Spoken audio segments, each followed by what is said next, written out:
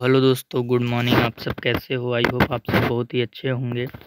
आज की क्लास में हम नॉलेज एंड करिकुलम पढ़ने वाले हैं। यूनिट 1 के ए का दूसरा बिंदु है ज्ञान का स्वरूप। इससे पहले हम लोगों ने ज्ञान के अर्थ को जाना था पहली क्लास में।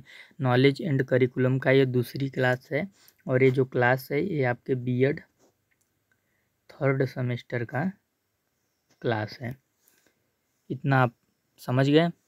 चैनल पे नए होंगे तो चैनल को सब्सक्राइब कर लीजिएगा, क्योंकि बीएड थर्ड सेमेस्टर के सारे पेपर की क्लासेस इस चैनल पर आपको रेगुलर बेसिस पे देखने को मिलेंगी। कोई ना कोई सब्जेक्ट का, कोई ना कोई पेपर का, मतलब सब्सक्राइब कर लीजिए। टेलीग्राम चैनल को आप ज्वाइन कर लीजिएगा। एग्ज़ाम के समय पे हम आपको इम्पोर्टेंट पीडीएफ टेलीग्राम पे प्रोवाइड कराएंगे, जिससे कि आपकी बहुत हेल्प हो जाएगी। और जो इम्पोर्टेंट क्वेश्चन होंगे वो भी इसी चैनल पर हम आपको सॉल्व कराएंगे। तो चलिए वीडियो को शुरू करते हैं। उस दिन हमने जाना था कि ज्ञान का अर्थ क्या है। हम लोगों ने ज्ञान के अर्थ में जाना था कि कोई भी वस्तु है, कोई भी घटना है, कोई भी व्यक्ति है, उसके संबंध में यदि हमें कोई जानकारी है तो वो ज्ञान है। जैसे कि हम खाना कैसे पकाते हैं, हम अपने बाबूजी को बाबूजी क्यों कहते हैं, इन सभी चीज़ों की जानकारी है हमें, तो मतलब वो ज्ञान है। हमने ये समझा था। उस दिन हमने ऊपर ऊपर से समझा था कि ज्ञान क्या होता है। आज हम ज्ञान के स्वरूप की बात करेंगे, नेचर ऑफ नॉलेज की। ज्ञान का नेचर क्या है।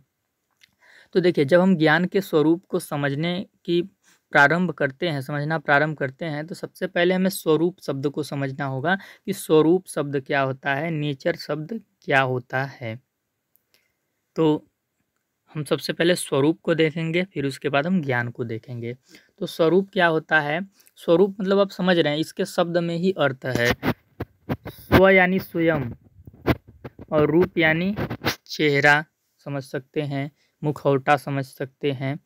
तो हमारा चेहरा कैसा दिखता है, या हमारे पास जो चीज़ है, या हम जिसको जानना चाहते हैं वो कैसा दिखता है, देखने से इसका अर्थ हम लगा सकते हैं। तो स्वरूप के यहाँ पे कुछ हमने अर्थ लिखे हैं। स्वरूप जब भी बोला जाए तो आप ये चीज़ समझिए कि कैसा दिखता है, कैसा दिखता है, इस चीज़ की बात हो रही है। और जब पूछा जाए कैसा दिखता है, तो ब्राह्मण स्वरूप की बात हो रही है कि बाहर से कैसा दिखता है, बाहर से उसका क्या स्ट्रक्चर है, कैसी संरचना है, बाहरी संरचना। अगर पूछा जाए कैसा है, स्वरूप में इंटरनल क्वालिटीज़ भी आ जाएंगी, जो आंतरिक गुण हैं। मतलब कैसा है, राम कैसा है, तो राम के हम नेचर की बात कर रहे हैं, राम के स्वभाव की बात कर रहे हैं कि राम कैसा है। तो हम उसके आंतरिक गुणों के आधार पर बताएंगे कि राम कैसा है। या आपसे कोई भी चीज़ मान लीजिए पूछ दिया जाता है, आपसे कोई भी चीज़ मान लीजिए कि पूछ दिया जाता है कि ये टेलीविज़न कैसा है, तो टेलीविज़न यदि अच्छे से चल रहा होगा, वो बीच बीच में फंसता नहीं होगा, तो आप बताएंगे कि ये टेलीविज़न बहुत ही अच्छा है। या फिर टेलीविज़न मान लीजिए कभी हीटिंग वगैरह नहीं होता होगा, उसके आंतरिक गुण के आधार पे, कि जैसे राम ईमानदार है, ये क्या है, उसका आंतरिक गुण है, तो उसके आधार पे हम बोलेंगे कि राम बेहतरीन व्यक्ति है। तो स्वरूप जो निर्धारण होता है, एक तो बाह्य स्ट्रक्चर से कि बाहर से आप दिखते कैसे हैं। दूसरा स्वरूप निर्धारित होता है इंटरनल, आप आंतरिक, आपके जो गुण हैं, ईमानदारी, साहस, बहादुरी, ये सभी चीज़ों से आपका स्वरूप निर्धारण होता है कि आपका व्यक्तित्व कैसा है। या किसी भी कोई भी वस्तु है तो उसकी प्रकृति कैसी है। कार्य करने के ढंग से भी स्वरूप निर्धारित होता है कि परफॉर्मेंस कैसा कर रहा है वस्तु या फिर कोई व्यक्ति। अगर मान लीजिए कोई टेलीविज़न है, मैंने टेलीविज़न यानी टीवी का उदाहरण दिया, अगर वो बहुत अच्छे से चल रहा है, कभी भी फंस नहीं रहा है, कभी भी गर्म नहीं हो रहा है, कितना भी हम उसे चला दे रहे हैं, कितना भी हम उसे चला दे रहे हैं, वो गर्म नहीं हो रहा है, फंस नहीं रहा है। रुकिए, बात, कोई टीवी है, वो कभी फंस नहीं रहा है, बहुत अच्छा चल रहा है, हम कितना भी चला दे रहे हैं वो गर्म अभी नहीं हो रहा है, तो क्या है, हम बोल देंगे कि ये टीवी बहुत ही अच्छा है, टिकाऊ है में, और काफ़ी बेहतरीन क्वालिटी का है। तो यानी कार्य करने के ढंग पे भी हम स्वरूप निर्धारित करते हैं कि कोई भी वस्तु कैसी है, कि वो प्रदर्शन कैसा कर रहा है, परफॉर्मेंस कैसा कर रहा है। अगर कोई व्यक्ति है, वो समाज में बहुत ही अच्छा काम करता है, तो हम क्या बोलते हैं कि वो व्यक्ति बहुत ही मेहनती है। जैसे अपने हमारे जो देश के यशस्वी प्रधानमंत्री हैं, लोग उनके बारे में ये धारणाएं बना के रखते हैं कि वो 24 घंटा काम करते हैं। तो 24 घंटा काम करने के आधार पे हम क्या कहते हैं कि वो बहुत ही मेहनती प्रधानमंत्री हैं। जैसे अभी राहुल गांधी को देख सकते हैं, उन्होंने भारत जोड़ो यात्रा की थी, तो लोगों ने देखा कि वो 4000 किलोमीटर तक पैदल यात्रा किए, तो उन्होंने जाना, सभी जनता ने जाना कि वो बहुत मेहनती हैं और वो ऐसे मेहनत वाले काम कर सकते हैं। तो उनका जो व्यक्तित्व था, उनका जो स्वरूप था, लोगों के सामने निखर कर आया। कैसे? उनके कार्य करने के ढंग से, उनके परफॉर्मेंस से। तो जो स्वरूप निर्धारित होता है, वो आप कैसे बाहर से दिखते हो, इसके आधार पर स्वरूप निर्धारित होता है। कोई भी चीज़ आंतरिक यानी अंदर से कैसा है, उसके आधार पर स्वरूप निर्धारित होता है। वो कैसा परफॉर्मेंस कर रहा है, इसके आधार पर भी स्वरूप निर्धारित होता है। और कोई भी वस्तु या व्यक्ति है, उसकी उपयोगिता कितना है। मान लीजिए आप ही हो, आप घर में बेरोजगार हो, कोई काम नहीं करते हो, नल्ले पड़े रहते हो, घर का भी काम नहीं करते हो, तो आपके बारे में कोई तारीफ करेगा क्या? आपको तो यही बोलेगा कि आलसी है, कामचोर है, निकम्मा है, निठल्ला है। तो ये आपकी स्वरूप आपकी उपयोगिता पे हो गई कि लोगों के आप कोई उपयोग ही नहीं आ रहे हो, आपकी कोई उपयोगिता नहीं है। योर यूटिलिटी इज जीरो, आपकी कोई भी उपयोगिता नहीं है। तो आप समझ सकते हैं कि किसी भी चीज़ का जब स्वरूप निर्धारण होता है, तो इस बात पे होता है कि वो बाहर से कैसा दिखता है, आंतरिक गुण उसके कैसे हैं, वो कैसा परफॉर्मेंस कर रहा है, उसकी क्या उपयोगिता है। तो ठीक यही चीज़ हम ज्ञान के संदर्भ में भी लेंगे। जब हम कोई भी ज्ञान प्राप्त करेंगे, तो हम देखेंगे कि वो ज्ञान कैसा दिखता है बाहर से, वो ज्ञान अंदर से कैसा है। अंदर से मतलब कि उसमें कुछ स्थिरता है कि नहीं। ऐसा नहीं कि वो ज्ञान तुरंत बदल जाए, हम अभी ये बोल रहे हैं, दूसरा कोई तुरंत लड़ने लगे, ये नहीं, ये होता है। तो ज्ञान की स्थिरता भी होनी चाहिए। ज्ञान के कार्य करने का ढंग, कि हमने जो ज्ञान प्राप्त किया है वो हमारे जीवन में कितना कार्य कर रहा है, हम उसको कितने जगह पे इम्प्लीमेंट कर सकते हैं, उस ज्ञान की क्या उपयोगिता है। आप अभी बीएड कर रहे हो, अगर शिक्षक बन गए तो ही ना बीएड के ज्ञान की उपयोगिता हो पाएगी। या फिर आप अभी बीएड कर रहे हो, आप छात्रों के जीवन को बदल लेते हो, छात्रों को शिक्षा दे लेते हो, तो ये ज्ञान आपके लिए उपयोगी हो जाएगा। तो ज्ञान के संदर्भ में भी जब हम ज्ञान के स्वरूप की बात करते हैं, तो कोई भी ज्ञान आपने प्राप्त किया है तो उसके बाहरी स्वरूप हम देखते हैं कि कैसा है। बाहरी स्वरूप ये मतलब कि हमने एक हल्का फुल्का उसके बारे में जाना है। अभी उस ज्ञान के बारे में हमारे पास न तो कोई प्रमाण है, न तो उस ज्ञान में हमारा पूरा विश्वास है। जब हम ज्ञान के आंतरिक गुण की बात करते हैं, तो अब हमारा ज्ञान में विश्वास हो गया है। और जब हम उसके परफॉर्मेंस की बात करते हैं कि वो ज्ञान कितना टिकाऊ है, तो यानी उस ज्ञान के प्रति हमारे पास प्रमाण भी है, ये चीज़। और जब वो ज्ञान की उपयोगिता हमारे सामने साबित हो जाती है, मतलब कि हमें अंतिम सत्य प्राप्त हो गया है। तो ये चीज़ समझना है। बाकी अभी आप धैर्य रखिए, सारी चीज़ें समझ आ जाएंगी बहुत ही अच्छे से। ज्ञान क्या होता है? अब हमने जाना कि भाई स्वरूप क्या होता है, बाहर से कैसा दिखता है, अंदर से कैसा दिखता है, उसके कार्य करने का परफॉर्मेंस क्या है, उपयोगिता क्या है। इसके आधार पर हम बताते हैं कि कौन कैसा है, यानी उसका स्वरूप कैसा है। अब हम थोड़ा अच्छा जान लेते हैं ज्ञान क्या है। हमने पहली वीडियो में भी जाना था ज्ञान, यहाँ पे आपको और भी ज़्यादा विस्तार में नॉलेज मिल जाएगा। ज्ञान अमूर्त होता है। अमूर्त मतलब जिसे हम देख नहीं सकते। क्या आप ज्ञान को देख सकते हो? मन की आंखों से देख सकते हो, प्रत्यक्ष आंखों से नहीं देख सकते, क्योंकि ज्ञान कोई वस्तु नहीं है। वस्तु के बारे में जो जानकारी है वो ज्ञान है। तो ज्ञान अमूर्त होता है। कुछ विचारधाराएं हैं, या कह सकते हैं कि आप कुछ ऐसे बोल सकते हैं कि कुछ कॉन्सेप्ट हैं, जैसे कुछ विचारधाराएं आती हैं जो कि मानती हैं, अलग अलग विचारधाराओं के लोग आए हैं समाज में और अलग अलग कॉन्सेप्ट देकर गए हैं अलग अलग समय पे। जैसे कि आप प्रयोजनवाद, यथार्थवाद, आदर्शवाद, प्रकृतिवाद, ये सब पढ़े होंगे, अस्तित्ववाद, मार्क्सवाद, ये सब पढ़े हैं ना। तो उसी के आधार पर कुछ लोगों ने ज्ञान को विचार माना है। जैसे आदर्शवाद में आप पढ़े होंगे कि जो ज्ञान होता है वो विचार है। कुछ लोगों ने ज्ञान को विश्वास माना है कि भाई ईश्वर में आस्था है वही ज्ञान है, चाहे किसी भी चीज़ में कोई आस्था है वही ज्ञान है। ज्ञान को कुछ लोगों ने सत्य भी माना है। Mahatma Gandhi truth is God, सत्य ही भगवान है, सत्य ही ज्ञान है, हमेशा बोलते थे। कुछ लोगों ने माना है ज्ञान तो सतत है, अगर कोई ज्ञान है तो वो हरदम चलता रहेगा, वो कभी रुकेगा नहीं। जैसे 2 गुणते 2 कितना होता है 4, तो ये कभी रुकेगा नहीं। 2 गुणते 2 4 हमेशा चलता रहेगा, इसको कोई बदल नहीं सकता। ज्ञान अक्षीण है, यानी खत्म नहीं हो सकता। जो ज्ञान सत्य है वो कभी खत्म नहीं हो सकता, वो हमेशा बना रहेगा। अगर हमारे कोई पिताजी हैं तो क्या कभी वो बदल सकते हैं? वो इस दुनिया में मतलब हम, चलिए गलत उदाहरण हमने ले लिया, मान लीजिए कि हम दूसरा उदाहरण ले लेते हैं। हमारे कोई गुरुजी हैं, हमारे कोई गुरुजी हैं और वो मान लीजिए कि हमको पढ़ा के अब चले गए, अब हम उन्हें नहीं पढ़ा रहे हैं, लेकिन फिर भी तो ये सत्य ही रहेगा कि उन्होंने हमें पढ़ाया है। तो जो ज्ञान होता है वो अक्षीण है, वो कभी समाप्त नहीं हो सकता अगर वो ज्ञान सत्य है तो। ज्ञान अपरिवर्तनीय भी होता है। 2 गुणते 2 बराबर 4 होता है, इसको क्या 2 गुणते 2 बराबर कोई 6 बोल सकता है? नहीं बोल सकता। अगर ज्ञान सत्य है, ज्ञान ट्रूथ है, तो उसको कोई परिवर्तन नहीं कर सकता। तो ज्ञान के संदर्भ में आप 2 चीज़ें याद रखें, ज्ञान अमूर्त है, आप उसे देख नहीं सकते, क्योंकि ज्ञान कोई वस्तु नहीं है, वस्तु के बारे में प्राप्त जानकारी को ज्ञान कहते हैं। ज्ञान को कुछ लोगों ने विचार माना है, कुछ लोगों ने विश्वास माना है, कुछ लोगों ने सत्य माना है, कुछ लोगों ने सतत माना है कि निरंतर चलता है, कुछ लोगों ने अक्षीण माना है कि कभी भी वो समाप्त नहीं होता है, कुछ लोगों ने अपरिवर्तनीय यानी कि वो कभी परिवर्तन नहीं हो सकता है, ये माना है। फिर इसके बाद क्या है, ज्ञान किसी वस्तु के बारे में हो सकता है, ज्ञान किसी व्यक्ति के बारे में हो सकता है, ज्ञान किसी घटना के बारे में हो सकता है, ज्ञान किसी परिस्थिति कंडीशन के बारे में हो सकता है, ज्ञान किसी विशेष संदर्भ यानी कि विशेष घटना के बारे में, विशेष चीज़ों के बारे में हो सकता है। ज्ञान के 2 या कह सकते हैं कि 3 सतह होते हैं, 2 या 3 सतह होते हैं। कोई भी ज्ञान आपने प्राप्त किया है उसके 2 या 3 सतह होंगे। सबसे पहला ऊपरी सतह होगा। ऊपरी सतह क्या होता है कि जब भी हम किसी वस्तु का कोई ज्ञान तुरंत प्राप्त किए, जैसे हमने किसी चीज़ को देखा और हमने तुरंत कुछ सोच लिया कि ये है, तो जो वो ज्ञान होगा वो ऊपरी सतह में आएगा और इस ज्ञान में भ्रमित होने का चांस रहता है।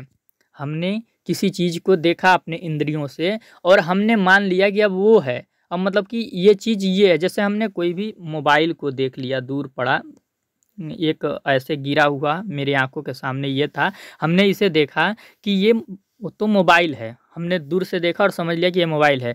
तो ये जो ज्ञान है ये ऊपरी सतह वाला ज्ञान है, ये भ्रमित भी हम इसमें हो सकते हैं। हम इसके यदि पास जाकर देखेंगे तो ये मोबाइल का ढक्कन भी निकल सकता है, मोबाइल के जो लगाते हैं आप कवर हो सकता है या नकली मोबाइल हो सकता है। तो जो हम तुरंत ज्ञान प्राप्त कर लेते हैं वो क्या होता है, ऊपरी सतह में आता है, इसमें भ्रमित होने के चांस रहते हैं।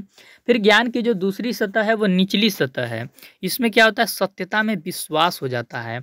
जो मोबाइल का हम कवर देखे या नकली मोबाइल देखे पास जाने पे कि या हाथ में उठाया तो देखा ये तो नकली मोबाइल है, ओरिजिनल नहीं है, तो क्या होगा कि जब निचली सतह में यानी कि उस चीज़ को हम थोड़ा और पास से जाकर देखेंगे, उसमें थोड़ी गहराई से रिसर्च करके देखेंगे तो उसकी सत्यता में हमें विश्वास हो जाता है। यानी निचली सतह का जो ज्ञान होता है उसकी वैधता होती है और निचली सतह के ज्ञान को समाज में महत्व दिया जाता है। फिर क्या होता है, अंतिम सत्य जी, जो ज्ञान की तीसरी सतह है वो अंतिम सत्य।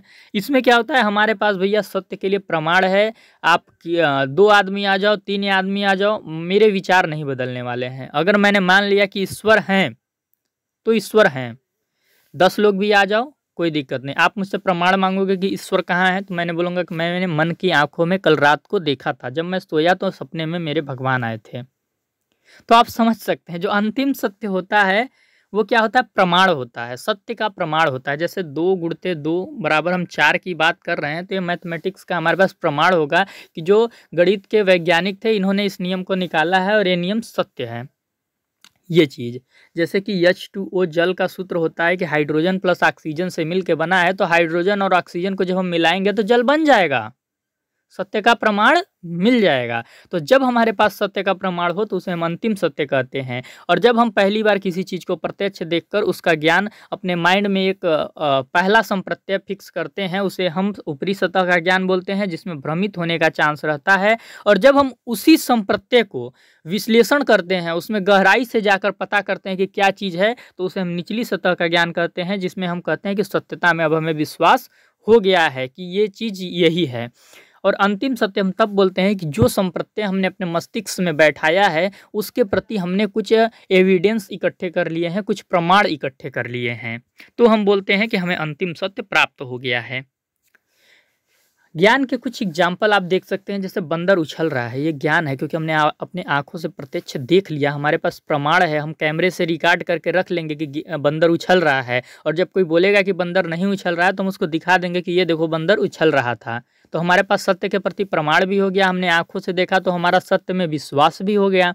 तो इस प्रकार से हमने तीनों फार्मूले को लागू किया कि भैया हमने सत्य की ज्ञान किया कि बंदर उछल रहा है, फिर हमने अपने आंखों से देख के वो ज्ञान प्राप्त किया, इसलिए हमारे सत्यता में भी विश्वास हो गया। हमने पास से भी जाकर देखा कि बंदर उछल ही रहा है, फिर हमने मोबाइल के कैमरे से उसे रिकॉर्ड भी कर लिया प्रूफ के तौर पे कि यदि कोई बोलेगा कि नहीं उछल रहा है तो हम उसे दिखा भी सकेंगे। तो ये क्या हो गया, एक ज्ञान हमारा सत्य हो गया। और इतना जान लीजिए कि ज्ञान है मतलब सत्य है, अगर कोई चीज़ असत्य है वो ज्ञान नहीं है, इतना आप एकदम लिख लीजिएगा। बैंक द्वारा दिया हुआ कर्ज, बैंक ने कर्ज दिया है, ये एक सत्य है।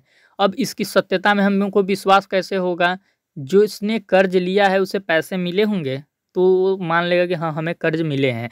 अब बैंक के पास भाई कोई प्रमाण भी तो होगा, वो साइन वगैरह करा के ही, सिग्नेचर वगैरह करा के ही तो कर्ज देते हैं, तो सत्य के लिए उसके पास प्रमाण भी है। तो बैंक द्वारा दिया हुआ कर्ज क्या हो गया, सत्य हो गया, मतलब ज्ञान है। गणित की समस्या आ रही है, गणित में कोई क्वेश्चन है, बच्चा उसको सॉल्व नहीं कर पा रहा है, तो क्या होगा, बच्चा उसको सॉल्व करने की कोशिश करेगा, नहीं कर पा रहा है, वो टीचर उससे पूछेगा तुम क्यों नहीं सॉल्व कर पा रहे हो, कहाँ पे सॉल्व नहीं कर पा रहे हो, वो बताएगा कि सर मैं इस प्रोसेस पे फंस रहा हूँ, यानी कि वो प्रमाण देगा और कैसे फंस रहा हूँ सारी चीज़ों का टीचर उससे विश्लेषण करेगा और मान लेगा कि सच में इससे सवाल नहीं आ रहा होगा, गणित में इसे समस्या उत्पन्न हो रही है।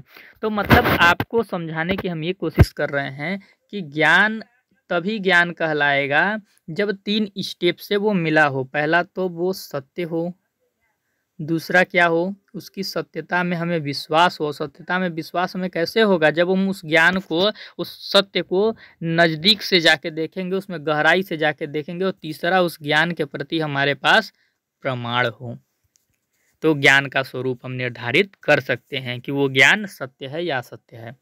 अब देखिए ज्ञान के स्वरूप में हम एक सिद्धांत पढ़ लेते हैं जो कि बहुत ही महत्वपूर्ण सिद्धांत है। ये आपको बीएड में नहीं पढ़ाया जाता है, मैं बता दे रहा हूँ क्योंकि मैं आपको स्थायित्व और बहुत ही अच्छा वैलिड ज्ञान देना चाहता हूँ। इस सिद्धांत को बोलते हैं 3G+3S का सिद्धांत। 3G+3S का सिद्धांत। 3G क्या है इसमें देखेंगे, जब भी कोई ज्ञान प्राप्त होता है तो उसमें 3 प्रक्रिया होती है, 3 अंग होते हैं उस ज्ञान प्राप्त करने के, ज्ञाता, ज्ञेय और ज्ञान। ज्ञाता किसे कहते हैं, जो ज्ञान प्राप्त कर रहा है, जो ज्ञान प्राप्त कर रहा है, जैसे कोई राम है, इसे कुछ ज्ञान प्राप्त करना है। ज्ञेय क्या है, जिसके बारे में ज्ञान प्राप्त करना है। यहाँ पे एक टीवी रखा है, राम को टीवी के बारे में ज्ञान प्राप्त करना है, तो राम क्या हो गया, ज्ञाता, और टीवी क्या हो गया, ज्ञेय। अब राम ने प्राप्त क्या ज्ञान किया कि जो टीवी होता है वो फिल्म दिखाता है। क्या दिखाता है, फिल्म दिखाता है। जो टीवी होता है वो फिल्म दिखाता है। तो ये जो ज्ञान हुआ, ये जो फिल्म दिखाता है, ये क्या हुआ, ज्ञान हो गया। तो राम ज्ञाता, टीवी आपका ज्ञेय, जिसके बारे में ज्ञान प्राप्त करना था। और क्या ज्ञान प्राप्त हुआ, फिल्म दिखा रहा है। अब फिल्म दिखा रहा है, उसको विश्वास कैसे होगा, भाई उसने टीवी को ऑन किया, अपनी आंखों से देखा, तो 2 सतह तो पूरा हो गया कि बाहरी सतह से देखा कि टीवी है, टीवी इस प्रकार का होता है, टीवी को उसने ऑन किया, रंग बिरंगे फिल्में चालू हो गई, तो उसको ज्ञान में विश्वास भी हो गया। अब अगर वो प्रमाण इकट्ठा करना चाहता है तो किसी और व्यक्ति को लाएगा और बोलेगा तुम भी देख लो, और अगर कोई पूछेगा तो बता देना कि टीवी रंग बिरंगे फिल्में दिखाता है, बढ़िया बढ़िया फिल्में दिखाता है। तो इस प्रकार से जो 3G का सिद्धांत है वो आपका बताता है कि ज्ञान की जो प्रक्रिया है वो कैसे संपन्न होती है। इसी में 3S आ जाता है। 3S का मतलब क्या है आप समझ लीजिए। पहला, जो ज्ञान होना चाहिए वो सत्य होना चाहिए। अगर कोई चीज़ असत्य है तो वो ज्ञान के अंतर्गत नहीं आएगा। ज्ञान की सत्यता में ज्ञाता को विश्वास होना चाहिए। जो भी ज्ञान है, जो उसको प्राप्त किया है, उसको उसमें विश्वास होना चाहिए। और विश्वास कैसे होगा, जब उस ज्ञान के नज़दीक आप जाने का प्रयास करिएगा। जो ज्ञान ज्ञाता को प्राप्त है उसके लिए ज्ञाता के पास पर्याप्त प्रमाण भी होने चाहिए। यदि कोई वो ज्ञान बोल रहा है, कोई वो सत्य बोल रहा है, तो वो ऐसे ही न बोले, उसे प्रमाण करने की शक्ति भी उसके पास होनी चाहिए, तभी वो ज्ञान पूर्णतः सत्य माना जाएगा। 3S के अंतर्गत आते हैं आपके पहला सत्यता। कोई भी ज्ञान है वो सत्य होना चाहिए। सत्यता में विश्वास होना चाहिए। जो भी ज्ञान आपने पहली प्राप्त किया है उसमें विश्वास प्राप्त करने के लिए थोड़ा और आप गहराई में जाइए, उसका विश्लेषण कर लीजिए।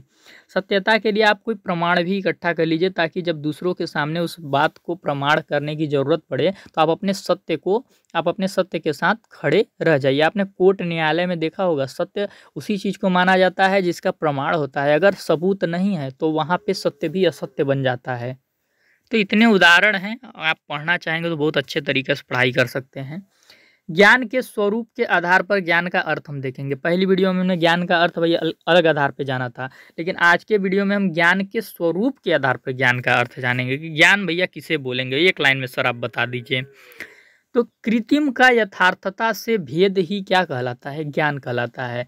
कृत्रिम क्या है? जो हमने निर्माण किया है। यथार्थ यानी कि जो प्रकृति द्वारा प्राप्त है, यानी उसमें हम कुछ नहीं किए हैं, वो वैसा है ही। तो देखिए, कृत्रिम क्या होता है? जो हमारी सोच है। और यथार्थता क्या होता है? जो यथार्थ है, यानी कि सच है, उसमें हमारा कोई रोल नहीं है, सच है तो है। और अगर जो हमारी सोच है और जो सच है अपने आप, जो प्राकृतिक सच है, उसमें हम अंतर जान लेते हैं, वही क्या है? ज्ञान है। ये सूत्र है आपका। एग्जाम्पल के माध्यम से समझिए, बहुत ही अच्छे तरीके से समझ जाएंगे। फेंकी हुई रस्सी देखने में सांप लग रही थी, सर्प। सांप आपने देखा होगा गांव में जो दिखता है। फेंकी हुई रस्सी देखने में सर्प लग रहा था एक व्यक्ति को। कंडीशन 1 क्या है? सर्प लग रहा था, ये क्या था? कृत्रिम ज्ञान था। भाई उसने देखा, उसको लगा कि ये सर्प लग रहा है। कंडीशन 2 क्या हो गया? पास जाकर देखने पे पता चला कि सर्प नहीं, ये तो रस्सी है। ये क्या हुआ? यथार्थ ज्ञान हुआ कि जो चीज उसे पहले सर्प लग रहा था, उसी चीज को उसने पास जाकर देखा तो पता चला ये तो सांप नहीं, ये तो रस्सी है। अब कंडीशन 3 क्या है? देख लीजिए। कंडीशन 3 है, जो सर्प लग रहा था दूर से देखने पे, जो चीज दूर से देखने पे सर्प यानी सांप लग रही थी, जब व्यक्ति उसे पास गया तो पता चला सांप नहीं, ये तो रस्सी है। तो ये क्या हो गया? दोनों में अंतर कर लिया। भाई दूर जाके वो देख रहा था तो उसे सांप लग रहा था, ये उसका कृत्रिम ज्ञान था। जब उसने पास जाके देखा तो वही चीज उसे रस्सी लगा, यानी कि ये प्राकृतिक ज्ञान है कि भाई वो सच में तो रस्सी ही था, लेकिन दूर से उसे सांप लग रहा था। तो जो हम सोचते हैं वो सत्य है, ये जरूरी नहीं। जब हम उसका विश्लेषण करेंगे, हम उसके नज़दीक जाएंगे, हम यथार्थता को जानने की कोशिश करेंगे, अपने ज्ञान से उसकी तुलना करने की कोशिश करेंगे, तो हमें असली सच का पता चलता है। तो दूर और पास का खेल आपका क्या हो गया? दोनों में अंतर हो गया, कृत्रिम ज्ञान और यथार्थ ज्ञान में। तो आप समझ लीजिए कि जो हम सोच रहे हैं और जो प्राकृतिक सच है, उसमें अंतर करने के लिए हमें कुछ काम करने होते हैं। जैसे कि दूर से देखा तो सांप लगा, अब हमें इस सच को पता करना था तो हमने पास गया, तो हमें कृत्रिम ज्ञान और प्राकृतिक ज्ञान में अंतर करने के लिए हम पास गए, कुछ काम किए, तब हमें पता चला कि ये सांप नहीं, ये रस्सी है। तो इन 3 कंडीशनों के द्वारा आप किसी भी ज्ञान की सत्यता को निर्धारित कर सकते हैं कि भैया पहले तो आप प्रत्यक्ष रूप से एक कॉन्सेप्ट भाई आप निर्धारित करके उसी को सत्य मानते हैं ऊपरी सतह के आधार पे। फिर उसका आप विश्लेषण करते हैं, गहराई में जाते हैं, नज़दीक जाते हैं, लोगों से पता करते हैं, तो आपको उस ज्ञान में विश्वास होता है, यानी कि आप निचली सतह में चले जाते हैं। अंतिम तत्व यानी कि उस ज्ञान के प्रति आप प्रमाण प्राप्त कर लेते हैं और फिर तो आप भैया मान लेते हैं कि ये तो सत्य है, कोई भी आ जाओ बदलने वाला नहीं है। तो ज्ञान का स्वरूप आप समझ गए होंगे। जब भी आपको एग्जाम में लिखने के लिए आएगा तो ये 3G + 3S का सिद्धांत लिखना मत भूलिएगा। इसी के आधार पे आपको नंबर मिलेगा। कोई भी बुक उठा के देख लीजिएगा नॉलेज एंड करिकुलम का, ये आपको 3G + 3S का ही सिद्धांत मिलेगा। तो इसको लिखेंगे तो आपको पूरा नंबर मिलेगा, अन्यथा आपको ज्ञान के स्वरूप में नंबर कटने की चांसेस हैं। तो वीडियो कैसा लगा कमेंट करके बताइएगा, और जो भी इस वीडियो में आपको समझ नहीं आया होगा तो वो भी आप कमेंट कीजिएगा। क्लास कैसी लगी ये भी बताइएगा। और बीएड के अन्य अभ्यर्थी जो हैं, छात्राध्यापक जो हैं, उनके पास प्लीज़ वीडियो को शेयर कर दीजिएगा। वीडियो पे व्यू बहुत कम आते हैं, जिससे कि हमें अच्छा नहीं लगता है कि हम इतनी मेहनत करते हैं और वीडियो पे व्यू इतने कम आते हैं। तो प्लीज़ वीडियो को शेयर कीजिएगा, लाइक कर दीजिएगा और चैनल को सब्सक्राइब कर लीजिएगा। अभी हम लोग 2 दिन और नॉलेज एंड करिकुलम की ही क्लास लेंगे, फिर उसके बाद 3 दिन इंक्लूसिव एजुकेशन के लेंगे। इंक्लूसिव एजुकेशन में आपका 1 यूनिट टोटल कंप्लीट हो चुका है, हम 2 का ए से शुरू करेंगे 2 दिन के बाद।